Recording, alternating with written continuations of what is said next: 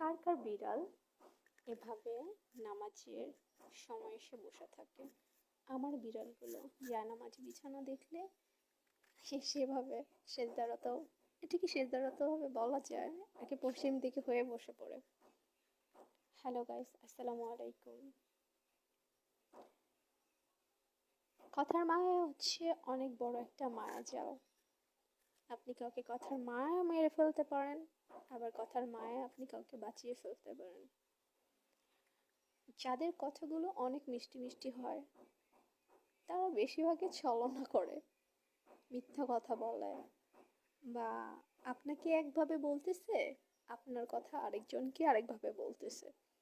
Notice করে দেখা যায় বেশিরভাগ মানুষগুলো এরকম হয়। তাই বলে সব না, বেশিরভাগ। আমার দেখা মতে আমি এমন মানুষ দেখেছি